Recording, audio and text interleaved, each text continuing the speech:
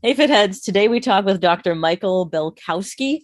He is the founder of BioLight and an authority on red and near infrared light therapy. And holy crap, this is a good one. Yeah, apparently red and near infrared light, it's only good for every single thing that could possibly bother you. Yeah. And he even It's just said this. He's like, well, it sounds like snake oil, but and right. then covers the research, talks about why it's so good for you, why we're lacking in it, Mm. and why I'm obviously going to get a full body panel immediately. And we also talk about EMF, so electromagnetic frequency, which is also fascinating. This is a really good one to stick around to the end. Welcome to Total Fitheads. Serious fitness for not so serious people. Welcome, Dr. Mike Belkowski. So glad to have you. Thanks for having me on. Of course. So yeah, let's get started. First, just give the fitheads an idea of what red light therapy is. So red light therapy is simply taking two spectra of light from the electromagnetic spectrum, and it's harnessing the maximizing the effectiveness of the mitochondria, which we can get into a little bit. But to kind of further delve into the light specifically, our bodies are used to getting full spectrum sunlight by going outside, being exposed, whether it's with less clothing and or no sun blocking lotion or cream or whatever, because our cells are used to getting that full spectrum sunlight. It's just like nutrition that you would get from food. But in this modern day life that we live, all three of us right here, we're underneath a roof. We're out of the sunlight, and we spend most of our lives out of the sunlight, whether it's just through the way we live our lives and or especially the past couple of decades, we've been kind of scared into getting quote unquote too much sun, which there's some credence to, but it's been over embellished. The point being, by not getting as much sun exposure as we're used to, full spectrum sunlight, we've been depriving ourselves, we've been depriving our mitochondria of the nutrition it needs to work optimally. And the reason why the mitochondria are so important is because they're known as the powerhouse cell or powerhouses of the cell, meaning they produce almost all of the energy in our bodies. They produce 95% of the energy that our cells need to carry out their day-to-day activities. So again, when we deprive ourselves of this, the sunlight, but specifically for mitochondria, it's red and near infrared light, they're not going to be able to produce energy as efficiently or optimally. And thus your cells are going to have less energy. Tissues aren't going to be working as well. And it's kind of a chain reaction that goes back to the root cause of mitochondrial dysfunction from not getting enough light. So really the only reason why red light therapy technology is even around is because we're deficient in red and near infrared light. Because again, we spend too much time indoors and not enough outdoors. So there's a lot of rabbit holes we could go down, and I'm sure you'll ask more questions that'll get us there. But that's kind of maybe not as succinct, but just kind of a preview of what we're about to talk about. Yeah, this is crazy to me because, as a kid, you learn that plants use the sun for energy and we're, as humans, eat food. But you're saying that we are functioning similar to plants in the way that we need the sun for energy. Can I stop eating? Well, so there's some people that are on the far end of the spectrum, and they would vehemently argue that, no, you can't not eat, but you could eat less if you got more energy from the sun, because again, your cells would have the energy it needs to carry out their functions, digestion, reproduction, mobility, that kind of stuff. So yes, it would require less nutrients or less electrons from food that you would eat to then provide energy for those same functions. So it may seem a little parabolic, but there is some truth to it, that if you did get your consistent sunlight, you could eat less and have the same vitality and energy on a day-to-day basis. And ATP makes 95% of the energy that we use. That's what you said? Mitochondria produce 95% of the energy in our body. Yeah. So sorry, I had that wrong. they produce ATP, which is 95% of what. Wow. Exactly. And upwards of 30% of our body weight is mitochondria. I mean, mitochondria are in every single cell in our body outside of red blood cells. And so depending on which cells we're talking about, because there's going to be more mitochondria in tissues that are more necessitate more energy, like the brain, muscles, the heart. But the point being, there can be hundreds of mitochondria per cell, or there could be thousands, if not tens of thousands of mitochondria per cell, especially in the brain, that require certain things such as red and near infrared light to optimize or perform optimally. Are there other parts of the spectrum of the sun that we also should be getting? I mean, outside of All of it. Really? Yes. I mean, so the scare tactic or the reality is excessive UV light causes skin cancer. But if you were to consistently get sunlight every day, you could build up what's called this solar callus, where you get enough sun exposure, you're going to be able to tolerate more and more and more UV exposure without having the detrimental effects of sunburns. But the sun has become almost like sun exposure has almost become like a weekend warrior metaphor, if you will, meaning we're in the office Monday through Friday. We're in our homes, we're in the office, we're in our cars, we're rarely outside. So when it's the weekend, we want to get outside, we want to play, we want to get that sunshine, but our bodies are being deprived 5 out of 7 days of the week from that sunshine. So when you give it that hours and hours on Saturday and Sunday of that sunshine, it's not ready for that amount or that stress load of UV light. So that's where you're getting those sunburns. And that's where built up over weekends and years of that type of behavior, that's where you start seeing skin cancers. But if you were to get that on a consistent basis or live close to the equator where you're getting that same consistent amount of UV exposure, then your body and your skin would be able to tolerate without having the negative side effects. But again, in this modern day world we live in, we're not outside nearly as much as we should be, and thus we're more likely to get excessive UV exposure causing a skin issue. So kind of another rabbit hole there, but there you go. Yeah, it's like working out. You have to stay with it consistently to be good at it. Yeah. Yep. Progressive overload. Now, but that is the scare tactic that we've heard for years and years, is that if you get a sunburn, that's incredibly bad. And that's what I think people are afraid of. And I think that's what happens to a lot of people. They go outside and they get scorched.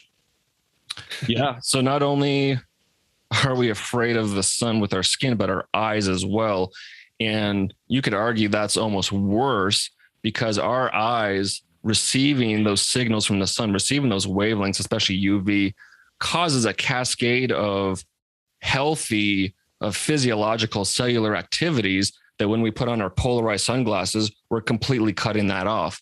And by wearing polarized sunglasses or sunglasses at all, really, and by cutting off those signals, you're not developing enough melanin in your skin. And thus that actually makes it easier to get these sunburns and skin cancers. So it's kind of ironic that we're kind of doing a double whammy to ourselves by A, wearing sunglasses, B, not going out enough, and then C, we're wearing toxic chemically laden sunscreens when we do. Thus, we're not even getting the benefits of the sun when we are outside. So it's just this misinformation that's gone on for decades and decades. And I believe one of the pieces of research that started all of this with about the UV and how bad it is they did research on pigs. This is like back in the 60s or 70s, and they used just UV lights, in an indoor location. So all the research that comes from, or this mindset of the UV is bad, the sun is bad, comes from this very myopic study on pigs where they used just UV light. They didn't use full spectrum sunlight when you're outside. But of course, when these pigs were exposed to just strong irradiance of UV rays, of course they got skin damage. But it didn't really simulate reality of being outside. But it was that piece of research that got perpetuated in the research community, in the media, in the government, that's turned to what it is today, decades and decades later, where UV light is bad, so we can't be outside that long. There's a lot of those types of things in the research where even like ice, I don't know what your guys' concept is on ice. Like if you roll your ankle or you tweak something, you should ice it. That whole mindset comes from I thought you meant like in a cocktail. Well, that's a Like, it's great. story. It's great in a cocktail, but if you're trying to, let's say, reduce inflammation, that's actually way backwards and is not true. You're actually perpetuating the inflammation and not accelerating the recovery. The whole concept of ice came from these gentlemen who are along the train tracks or the railroad. One of them somehow got one of their fingers disassembled, or however you want to put it. So they put that finger on ice while they took his finger and himself to the hospital to have it reattached. And the doctors are like, if you hadn't put this, finger on ice, there's no way we could have revived your finger, like sewn it back on. So then the media got a hold of this and it was like, ice was the biggest sensation and ice is going to cure this. And then again, the doctors and the media got a hold of it and it just got perpetuated into what it is today, where ice is the end all be all, which is not correct. And there's plenty of research to prove that. And there's actually a dearth of research proving that ice does what it's touted to do. Again, not the topic at hand, but it's just interesting how the knowledge we have today, like ice or the sun, how we've been kind of quote unquote brainwashed into thinking these things, but we never really question them. We just take them as gospel. And I mean, that kind of just goes into the whole health system, the whole allopathic model, which is kind of my background, where as a practitioner or even as a consumer, your hands are tied by the insurance world, meaning me as a physical therapist, if I'm taking insurances, then how I treat a patient is largely dictated by insurances, because they're going to reimburse more for certain treatments, even though those treatments may not be the most effective for my patient, if that makes sense.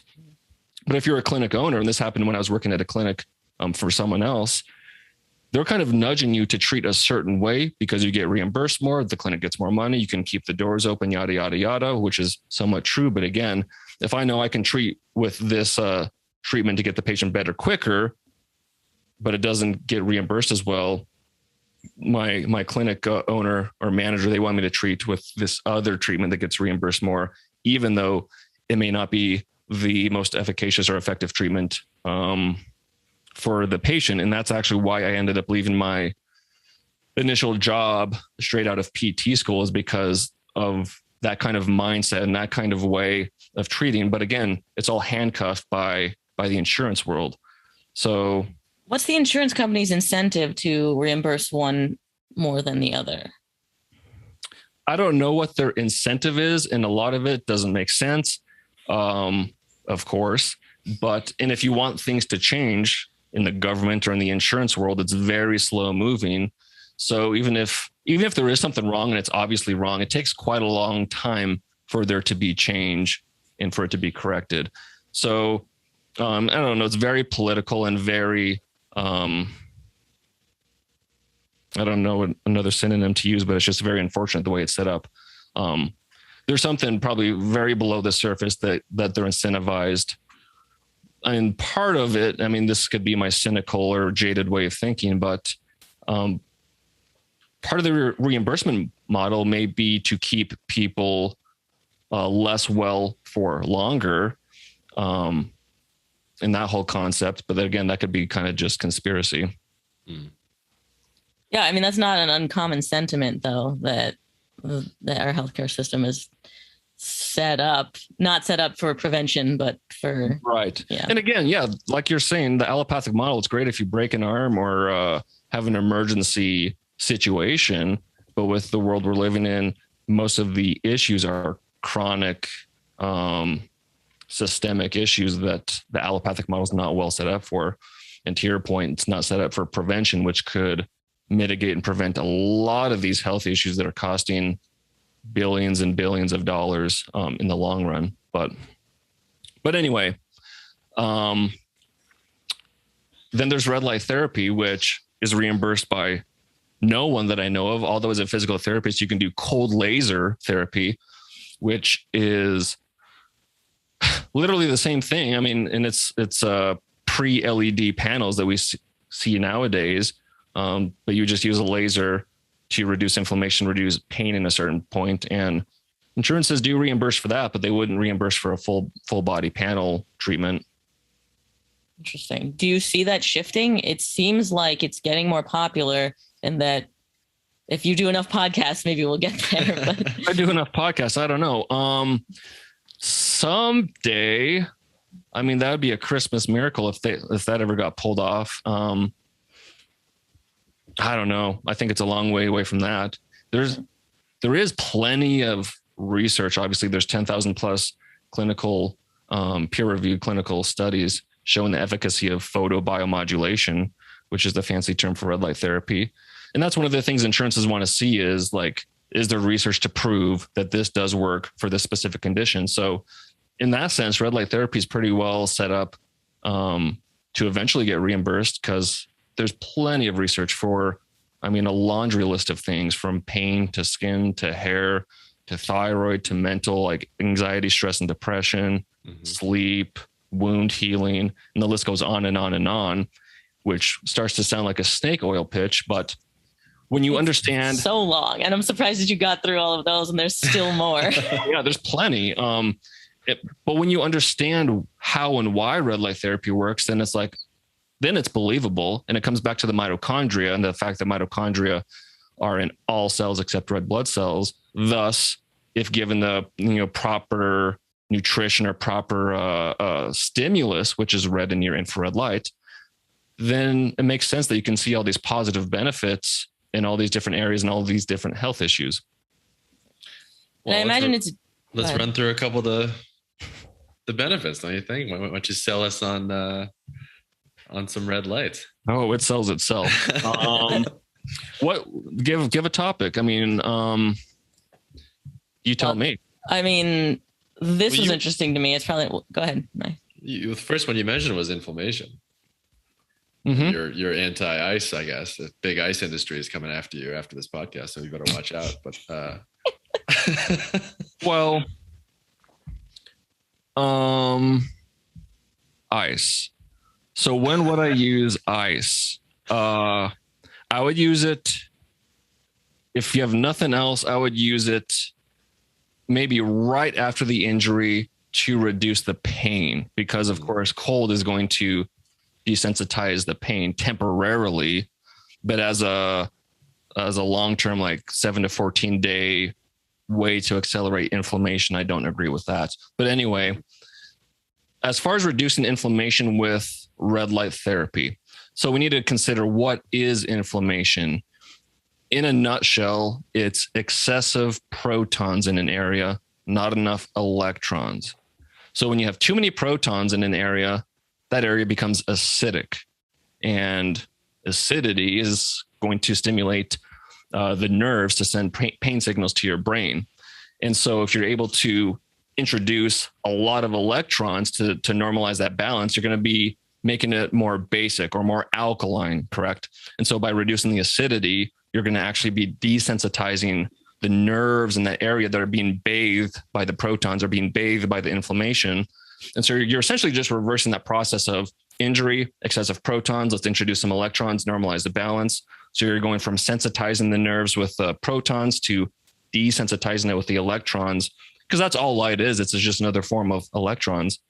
But that's kind of one of the ways that you're able to reduce inflammation with red light therapy. There's research showing that it's as effective as NSAIDs, but without tearing up your gut or small intestine lining. That's becoming much more obvious and prominent. So that's pretty cool. Of course, just like with anything, chronic pain is tougher to treat, because when you have chronic pain, 6 months plus of pain, there's actually no or very little inflammation left in the area. So you can't combat the inflammation anymore because it's not there. You've had the pain for so long that it's actually mapped in your brain. So it's difficult to unmap something in your brain, which is why, again, whether you're a physical therapist or neurosurgeon or someone just trying to treat pain in general, it's tough to get rid of a chronic pain. Not to say it's impossible, but it's just more difficult. So it's no longer the protons at that point causing the pain. Yeah, you've just had it for so long that, again, it's being mapped in your brain. So the swelling can be gone, the inflammation itself, like the protons, can be out of the area. But again, the nerve's just been bathed and it's been sending signals for so long that your brain's mapped it. Okay, I have pain there. And even when everything's gone, it still thinks it's receiving those pain signals. Whoa, that's nuts though. Okay. And the reason that our body sends those protons is because, well, it's just telling us to get away from danger. It wants us to feel the pain so that we don't. Exactly. It's just a red flag saying, hey, something's going on here. Okay. Just like when you roll an ankle, it balloons up with all that swelling to protect that joint from moving anymore because it's been damaged. So it doesn't want you to keep loading it or adding stress to it when it's already damaged. Got it. But we are now just constantly inflamed from, I don't know, pollution and everything else that we're dealing with. Well, think about it. Even just stress. I mean, that alone kills people, literally. Not like spontaneously, but if you're stressed week in, week out, sometimes month out about finances or relationships or what have it. I mean, that's why meditation and kind of perfecting your inner self is maybe the most important thing you can do. Because if you can help not control your mind, but at least have a grasp on it and being able to handle it and being able to quiet it, that alone is going to reduce your stress. It's going to reduce your cortisol levels. You're going to be able to get out of this chronic sympathetic state into a parasympathetic, which that alone will do wonders for your long-term health and longevity. So stress alone, it's crazy what it can do physically, even though it's a quote unquote mental issue. Yeah. I've seen the effects of stress on blood glucose, which is crazy. And that's just one part of your human function, but it's very clear when you're watching it happen. Well, if you're stressed, your circadian rhythm's probably going to be wrecked. And if your circadian rhythm's not optimized, that alone is going to lead to a cascade of health events. So it's just a domino effect. We do love sleep on this podcast. Excellent. Me too. Can you use red light therapy while you're sleeping? Not while you're sleeping, because with red light therapy, there's what's called a biphasic dose response, kind of like a bell curve, just like with eating or exercise or alcohol. Too low of a dosage, you're not going to realize kind of the benefits you're looking for. And on the flip side, too high of a dosage, again, you're not going to get the results you're looking for with food and with alcohol and with exercise. That's going to lead to damage. Luckily, with red light therapy, if you overdose on light, there's really no negative side effects. I mean, you'd have to overdose by hours and hours and hours. The only thing, again, is you're not going to realize the benefits you're going for. So let's say you're going for pain relief. If your dosage is too high, you're going to inundate your cells and your mitochondria with too much light. They're not going to be able to give you the results or the benefits you're looking for. So it's about finding that sweet spot within that a bell curve to get results, which is why I developed a protocol ebook, essentially, where I've delved through the literature and I find the highest quality. So let's say I'm looking at pain, I find the highest quality pain research, and I find whether they're using lasers or LEDs, how many joules of energy they're using to get a certain result. And thus I can use calculations to provide people that are using LED panels. So for example, with pain, we'll step back just for a moment. The 2 or 3 variables that determine dosage with red light therapy is the power of your device, of course, the distance that you are from the panel, because of course, the further you get away, you lose energy exponentially, and then the duration of the treatment. So again, back to the research, I'm looking through laser and LED photobiomodulation research. Again, I'm finding how many joules get a certain reaction or a certain benefit. And then I'm just doing the calculations for the panel. So you're 6 to 12 inches away, 8 to 10 minutes, near infrared light only for pain. That can be one protocol. Whereas for skin, you would do red light only at 15 to 18 inches away for 2 to 3 minutes. So you can see just between those two protocols, completely different, but that's because those cells or those tissues necessitate a different dosage of, or different amount of joules of energy to be within that bell curve. So that it changes depending upon what you're looking for. Exactly. Most people, well, I'd say 90% or more of people that reach out to me or our customers are female. And I think a lot of them are looking for either hair or skin health or pain relief. And so, so just like I explained between pain and skin, it's like, yeah, if you're trying to do something specific with red light therapy, it does behoove you to have a certain protocol to be more effective and more efficient with your treatments. But for those other people that are doing it just to be prophylactic or preventative for their general health and wellness or mitochondrial optimization, then doing something like 6 to 12 inches away, 5 to 10 minutes,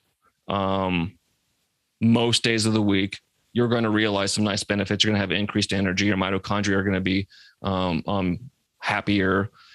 So yeah, it's not a perfect science. And with that being said, just like with anything, with food or medication or exercise, what have you, it's an N=1 experiment, meaning I can give you a protocol. Of course, there's going to be ranges, but it's up to you to use a certain protocol or a certain range of that protocol. See how your body responds. See if you notice anything after a week or 2 or 3. If you do, fantastic, stick with that protocol. But if you don't, then you need to decide if you need to increase it or decrease it, and then stick with that new protocol for 2 to 3 weeks. And again, see if you realize any benefits, and then change it as you need to. But just like anything in the biohacking realm, you need to see how your body responds to a certain type of treatment, if you will. Yeah, that makes sense. It's personalized.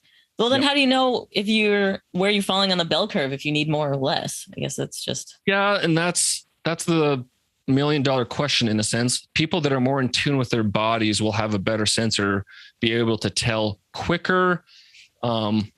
Otherwise, and I can't really speak to this personally, because even as long as I've been doing this, which is only a handful of years now, I've never been treating something specific. I just use it, again, as a general health and wellness prophylactic tool. There's been a handful of times where I have used it for wound healing, and it significantly accelerates the healing process. And then there's minimal to no scarring. But otherwise, I haven't had to go through that process of, I'm trying to treat this back pain. Let me try to use this protocol. 2 weeks go by, nothing happens. I need to increase it or decrease it.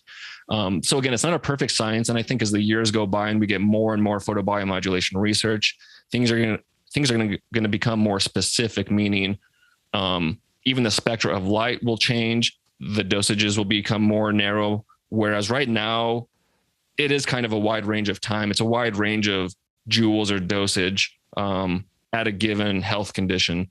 So again, I think we're just going to continue to churn out more and more specific protocols to the point where it's just going to be much more finite. There's always going to be that difference from person to person, but I think it's just going to be more definitive than it is now. And you said about 2 weeks. Is that what you're thinking, when you would feel a difference and then either make change or stick with what you got? Yep. Giving it at least a solid week or 2. Stuff like the skin is going to react much quicker, whereas stuff like anxiety, stress, sleep, anything that's deeper like nerves, it's going to take a little longer. But again, that's different from person to person. I've had customers or people reach out that I've talked to that have had chronic headaches, migraines, and they step in front of their panel for the first time and almost spontaneously their headache or migraine's gone. And it didn't happen just once. This person, she's a naturopath over on the East Coast. So she has it in her clinic. And even if she's at work and this headache starting to come on, or the migraine starting to, rear its ugly head, she'll just step in front of her panel, and multiple times this has happened where, again, her headaches or migraine just disappear. So it can be spontaneous. It can be quick, but it can also take some time, especially like the chronic pain, like we were talking about. Right. And you were saying a session, maybe like 5 to 10 minutes. I mean, depending upon what you're treating. Is there a way to speed up a session, or is it that you don't want to go joules higher and then stay not as long or get closer or whatever? That's the other thing you can do, at least to my understanding, is that as long as you get the right amount of joules, the time doesn't matter. Because think about it. Most of this research, especially early on, was done with lasers, which is a much more dense, powerful form of light. So you're literally doing the laser for a handful of seconds, because if you do it for too long, you're going to heat the tissue and cause damage. So with that being said, you're just introducing a lot of joules in a short period of time. Whereas with LEDs, much lower powered, it's kind of a lower and slower compared to lasers. So to your point, you can just get closer to your panel, shorten your time, because then you'd be getting more joules at a given time. But you just need to know what that calculation is, or you can kind of guesstimate. But to your point, yes, you could do that. Interesting. Well, when you're talking about ATP, that's the main thing that, to my understanding, this is the main thing that you use when you're Olympic lifting, because it's just like 4 seconds of move, or not even. And that's the initial really fast movement is ATP. So extrapolating from there, can I just strap on some red light, whatever, while I'm Olympic lifting and I could lift more? Well, actually, the research shows preconditioning with red light therapy leads to increased peak torque or power or endurance. Not only that, but it accelerates recovery afterward because it helps flush out lactic acid.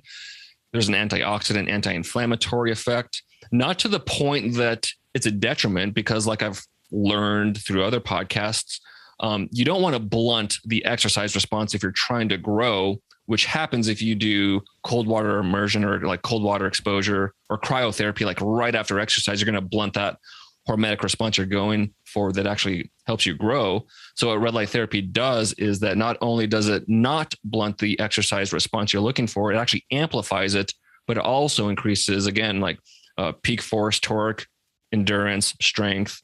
And again, it's by doing preconditioning. I mean, you do it before the exercise. And so we should not be doing ice baths. Sorry, I just don't want to gloss over that. I'm not saying not doing ice baths, and the pros outweigh the cons. But there is an argument, and I heard this on the Ben Greenfield podcast, that he said multiple times that you do kind of blunt the response you get by exercising, by causing those micro tears, causing an inflammatory response, which causes your body to build itself up, bigger, faster, stronger. So by doing cold water immediately after, you may be blunting that response that you exercised for. Interesting. Okay.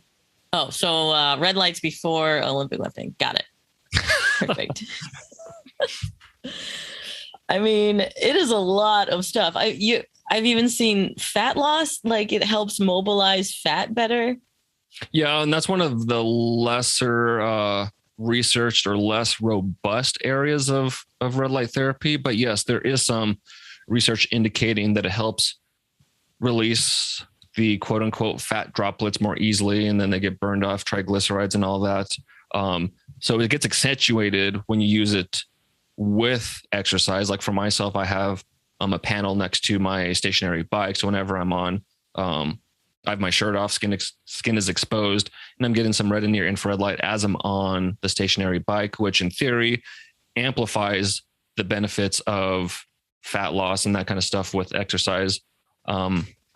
So there is some credence to that. It's just not as robust as, let's say, skin health or pain relief with red light therapy. I love that it's multitasking. I'm trying to fit another 10 minutes into my day thinking this is impossible, but if I can do it while I'm working out, okay. Well, another way that someone else was utilizing red light therapy to amplify the fat loss was doing like a fasted walk or a fasted run or sprint in the morning and doing red light therapy before or after that exercise. So again, you're in a fasted state, you're exercising, you're including red light therapy. So you're just stacking all these different layers of ways to help with fat loss if that's your goal. Interesting. What is most of you when you say most of your clients are skin and hair? Is that what you sort of tout as like that's something we can definitely do, or is that just something that most of your clients are sort of concerned with? No. So my company, we educate about all the things that red light therapy can do, and we're not pushing any one agenda. It's more informing the masses. This is the potential, depending on what you're trying to treat or what you would like to improve. That's up to you. And I guess the other point being, you may buy it for skin health, but in a couple of weeks you may have some pain, or like you accidentally get undepressed. Yeah. And so it's kind of a Swiss Army knife in the fact that it can treat all these different things. But I think that, again, most of the customers and most people interested in red light therapy, at least right now, it's predominantly females.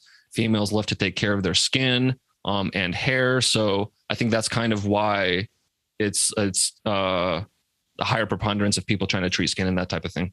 It is interesting because biohacking is a dude's game. Yeah. And the first time that I came across this was Dave Asprey talking about it. But it seems that this part of biohacking is really tapped into women. We gotta get men on board too. I know it's kind of a juxtaposition with the biohacking. Like you said, it's mostly males, at least right now, but yet females. And that's another thing, being a physical therapist, most of the patients I see are females. Because I have my own practice, which is cash-based, meaning I don't accept insurances. So it's not like I'm getting fed patients through hospitals or anything like that. People seek me out because of what I do. And again, it's mostly females, because females are more likely to take care of their health. They're more likely to be proactive. So I think that's part of it as well. Interesting.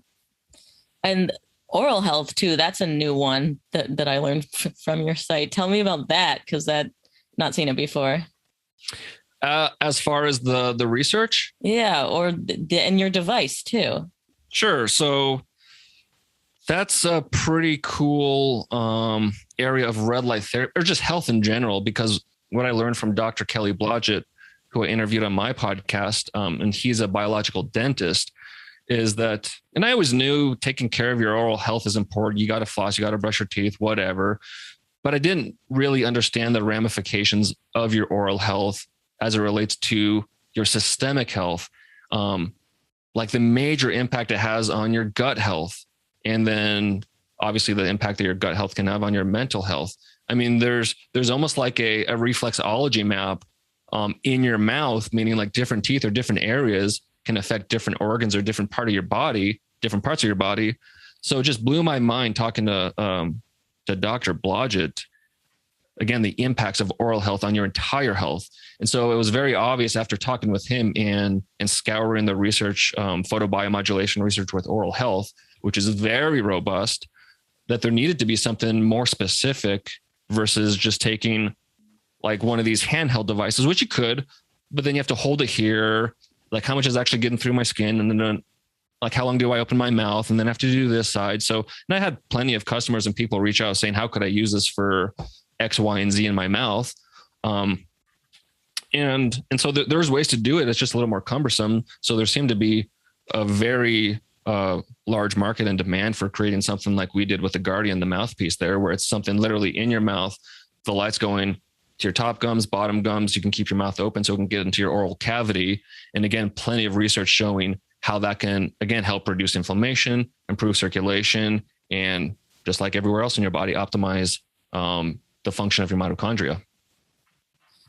That's so nuts. It's just recently that I've realized or that people are talking about more popularly that your gut controls your emotions. And so it's like your second brain, right? But now thinking about your mouth having such a huge effect on your second brain.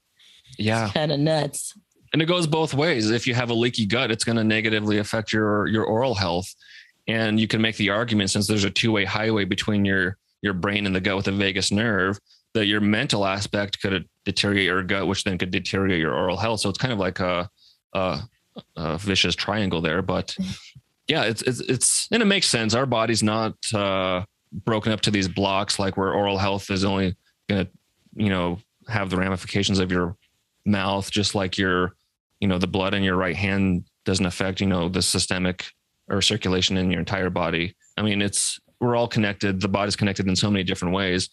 And again, just like I was talking about the research, I think the more that we go along this path of delving into science and anatomy and physiology, we're going to find more connections that we don't know yet, especially in the world of red light therapy. Because again, just recently we're learning about, I think it was this year in 2021, there was some research showing using near infrared light on your gut can actually, if you're dealing with gut issues, there's typically a preponderance of the bad bacteria versus the good. And by using near infrared light, you can actually flip the script on that, where now you're having more of the good bacteria versus the bad. And that's just with light.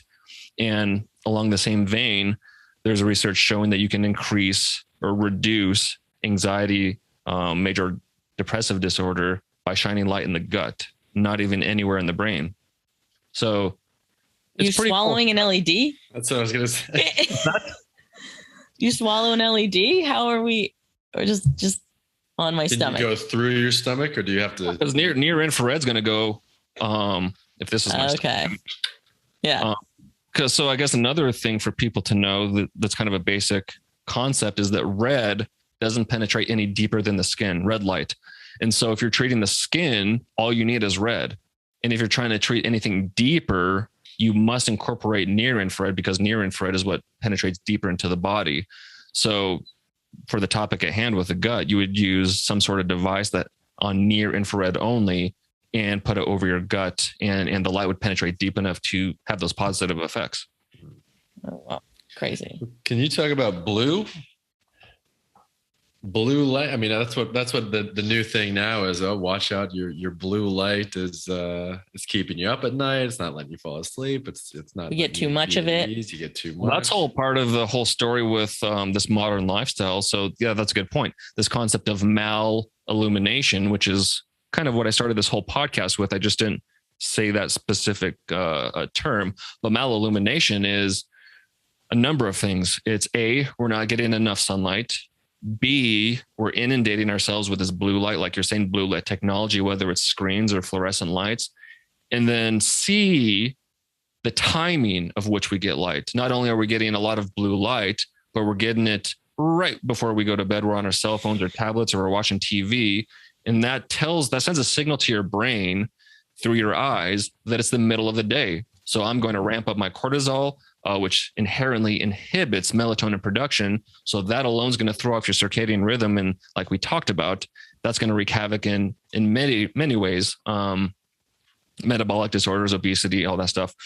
And so that's malillumination. So if you can flip the script, meaning expose yourself to more full spectrum sunlight and or red light therapy, cut down on your blue light technology, especially before bed, and or use some sort of blue light blockers, then that alone, those two habit changes, that alone is going to help you normalize your circadian rhythm and just put your whole physiology into a better spot. But yeah, so just like I talked about, to answer your question specifically, the blue light and the technology inhibits melatonin production, increases cortisol levels, which is kind of the ebb and flow of circadian rhythm. So yeah, I'll just be rehashing what I said again, but is there something else specific? Because there are pros to blue light, not blue lit technology, but let's say instead of using red light, you're using blue light. Blue light has an antibacterial, is it fungal, viral effect, meaning blue light is very popular when treating acne. Mm-hmm. And you can actually combine the power of red and blue, because with red, you're getting anti-inflammatory, blue, you're getting antibacterial. So you use a combination of both when treating skin conditions like acne or other viral bacterial conditions. Yeah. Purple. Oh, right. You add them together. Oh, I gotcha. There are benefits to purple light too. I mean, there's benefits to every color of the spectrum. That's why it's so important to get full spectrum sunlight. Mm-hmm. Oh, right. You add them all together, makes white. That makes sense. Yep. I've heard yellow is good for skin pigment. Did I hear that correctly? I forget exactly. I think orange is also good for, was it eye health or inflammation? Yeah. I mean, like every little color, there's benefits. So, I mean, that's getting into a different topic, but yeah. Okay. So you're using those glasses to modulate your exposure to UV or to blue light specifically around when you sleep. Is there a good timing for red light and near infrared when you're comparing to your circadian rhythm? Like, should I do in the morning or not near sleep or? So that's a good question. And that's a question I get a lot, is the timing. Is there a best time to use red light therapy? And that's kind of yes and no. Yes being, if you're trying to normalize your circadian rhythm, then you do want to use it close to the first thing in the morning. and close to the end of your day, with a caveat being at the end of your day, you need to know if you're energized or relaxed by red light therapy, because you certainly wouldn't want to use it right before bed if you get energized by red light therapy. So that's one of those N=1 things where you have to figure out, are you one or the other, or kind of both, or neither? Are you kind of neutral? But yeah, for circadian rhythm, you want to do it beginning and end of day. Otherwise, like sunset, is that? Yep, exactly. Oh, interesting. Because that's the other thing. You don't need a piece of technology. You could literally watch the sunrise and the sunset if you were determined to do that, because that's when there's the highest proportion of red light from the sun is just before it hits the horizons there.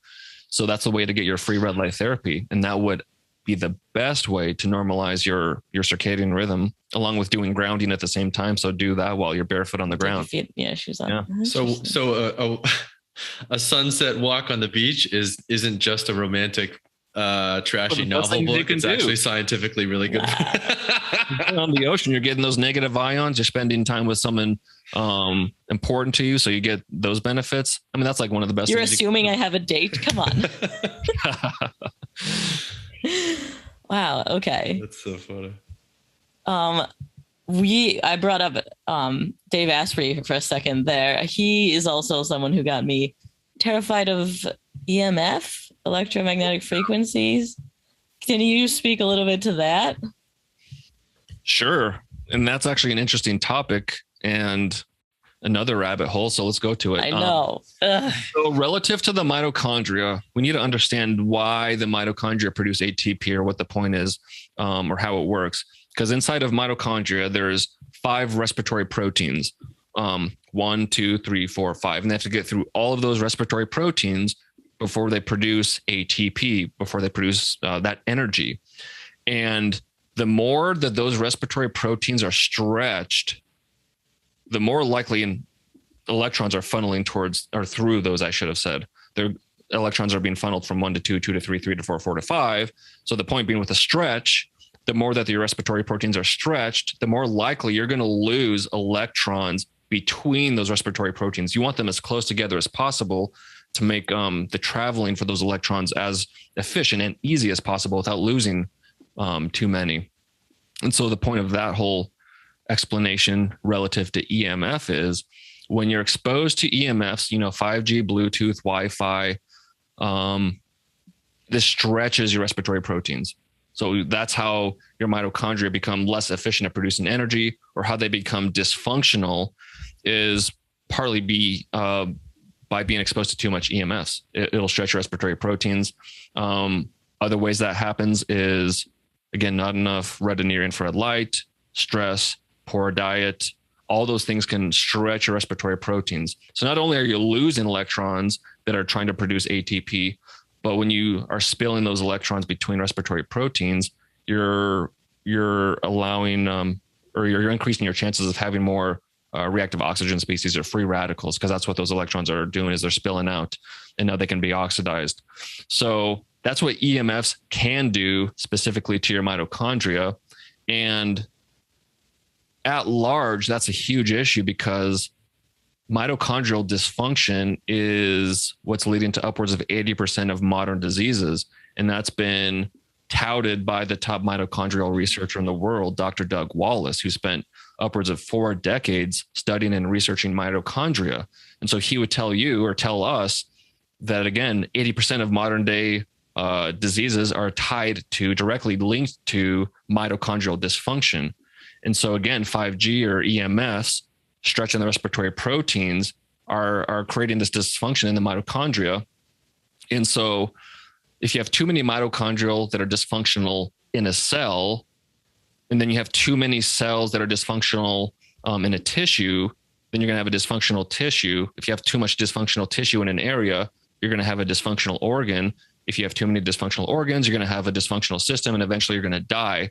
But it all links back to the health and the functioning capabilities of your mitochondria. So the more energy you have per cell, the more health, the more vitality you're going to have. And again, that's coming from Dr. Doug Wallace. So it comes back to that principle of getting as many free electrons as possible. That's why red light therapy works so well. You're introducing free electrons to the mitochondria. That's why grounding works so well. Again, free electrons. Walking on the ocean, free negative ions. So it's all these ways of, or structured water, another way. It's all these ways of introducing free electrons into your body. That's what you should be doing on a daily basis, or that's what you should be building into your habits, is all these ways of introducing free electrons. Because again, that's going to inherently reduce inflammation with all those protons. It's going to give your mitochondria more energy, going to give your cells more energy. So not only should it increase your longevity, but it's going to increase your quality of life, especially in those later decades where we're more likely to see those chronic ailments and diseases.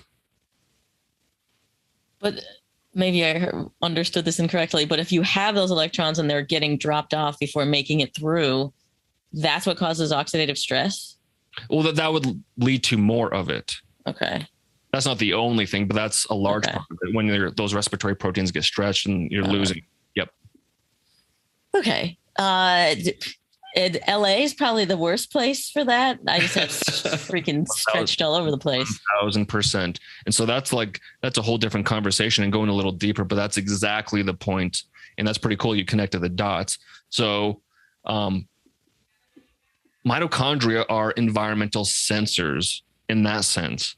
If they're surrounded by 5G EMFs, they're going to be dehydrated. They're going to get stretched, and you're not going to know it right away. But all of a sudden, you're going to crop up with this tumor or this ailment or brain fog, and you're going to wonder why. But as Dr. Jack Kruse would say, and anyone who wants to learn about mitochondria should look up Dr. Jack Kruse. He would say that you can't get well in an environment you got unwell in. So whether it's your house specifically because there's black mold, or you're living in a city that's inundated with 5G like Los Angeles, those are some of the biggest decisions someone can make in their health journey, is actually moving, which can be difficult for so many reasons. But that could be the decision that ultimately makes or breaks your health. Jeez. Ugh. What's crazy is that then you probably attribute it to something else. Yeah, exactly. Yeah. That's nuts. Can I build a house that has just blocker? Yes. Really? Expensive, but that's becoming like a up and coming industry, is building like a fortified house where it blocks 5G or those types of electromagnetic forces. You can even get like a Faraday like cage for your bed, because if you're going to spend a third of your life in it, you might as well, protect your bodies and cells. So there's actually people that develop some sort of Faraday cage, or now people are building fabrics that have certain things that mitigate EMF emissions. So there are ways to go about it and kind of build a fortress with where you sleep and where you live. But if you're going to go with trying to build a fortress with your house, it does get kind of expensive. Can't put a price on longevity. I know. That's part of it. Jeez, that's so nuts. Okay. It's the unfortunate truth. And especially if you're living in a big city, that's not what you want to hear. And I always thought of myself as a big city kid. I always wanted to go move and live in a big city. So during my internships as a physical therapist, I spent a couple summers in Seattle, went down to Florida for 4 months. And for whatever reason, I just never made it to the big city. I kind of got turned off by living in Seattle for multiple reasons, but here I am living in rural Montana, like a town of a couple thousand, right next to the mountains. I got a river about 50 yards from my house, and I couldn't be more thankful to be in this place first off. But then as I started to learn about light, and I started to learn about EMFs and the negative ramifications, and then of course we had COVID last year, which now everyone's running from big cities into these rural areas, that I couldn't be more thankful for where I live, even just simply because of that. Now I'm out of the 5G, or at least less of it, and I'm not inundated. And the thing with living in LA, it's not only do you guys have a lot of the 5G towers and all that stuff, and it's actually been there a lot longer than you'd like to know. It's probably been there 5, 6, 7 years. Is that you're surrounded by people that have 3, 4, 5, 6 devices that are always on Wi-Fi, always on Bluetooth. So not only are you negatively impacted by your own personal devices, but what about all your neighbors and everyone that's living in the area? Luckily, LA is not as condensed as, let's say, New York City, but still it's a lot of people in a relatively small area with, let's say, 5 to 6 devices that are always, hooked up to Bluetooth or 5G. Oh dear. Yeah, I carry 2 of them around at a time. So Yeah, what the heck? Right by your crotch too. Going back to oral health, let's say you have a phone. God forbid you actually hold it up to your head, which I never do, but let's say you do, and then you have amalgam fillings or mercury fillings. This is back to Dr. Kelly Starrett and other biological dentists, but you're actually causing or you're vaporizing the mercury filling as you're talking on your phone because you're getting the 5G to your phone, and those mercury fillings are actually antennas for that EMF. So you're actually make mercury vapor every time you have a phone next to your head. How am I alive right now? I don't. Body's resilient. That's the beautiful thing about the human body is our physiology, like our bodies, our cells, our mitochondria want to live. They want to thrive, and they can tolerate so much before your inevitable demise. But if you give them what they want, and one of them is light, then you're helping them thrive. But to your point, it's pretty incredible that they can tolerate so much harm and negative, stresses. Do you think it's inevitable? Our demise? Yes. Well, we're all going to die. That was my point. Confirmed. I mean, there's someone out there. There are people that are saying that thinks we're going to live forever. The first person to live forever has already been born. I've heard that. No. Okay. That doesn't even make sense. Well, I'm hoping it's my niece. I'm sure it's somebody young. How? Well, that they would keep extending life. And so whoever's alive right now could live long enough to then we get to the point where we're living for even with current research, the projected longest we could live is 180, 150, 120. Oh, really? I mean, that's what I heard on the Ben Greenfield podcast. 120 is plenty. That's 120 is plenty for me. That's a lot, right? I know Dave Asprey keeps touting he's going to live till he's 180, but it's well, that's probably where I got that number. Yeah. Because I heard, yeah. Okay. His goal has always been to live to 180 for whatever reason, which is okay, why? And then secondly, how's the quality of your life? The last 60 years. I mean, I'd rather live to 80 and just feel like I'm 20 until I die versus being 100 and feel like I'm 90 from 60 onwards, so it's all about quality and what do you do with the time that you have on this earth, not necessarily long. So it's quality over quantity for me. Okay. Ooh, that's rough. Yeah. And then you have that finite amount of time and yeah, right. So it's good to know that you're not saying that red light therapy will just keep you alive forever. No. And I don't even think we're meant to, or any mammals meant to be here forever.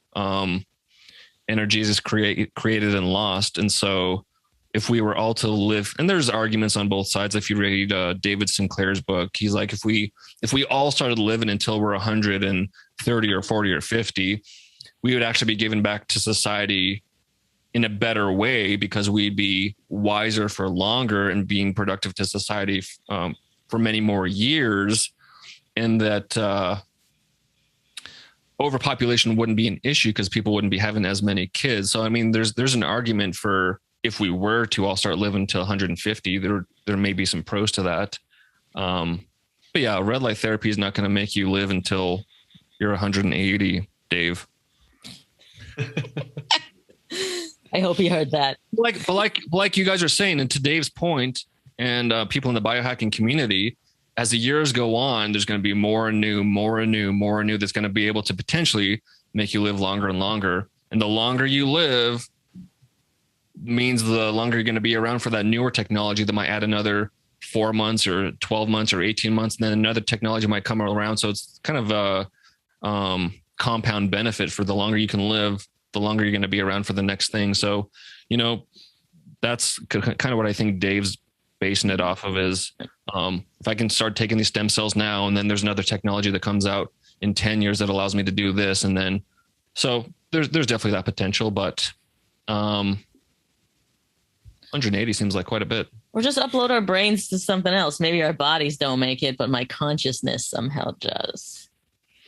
Well, there's the argument that your consciousness does when you die. Oh, right. Fine. I don't know. I don't You don't know. need to biohack if you're religious. That's a whole different The conversation. original bio. Right. Well, this has been awesome. Thank you so much for chatting with us. Yeah, my pleasure. And where can the fitheads go find some BioLight?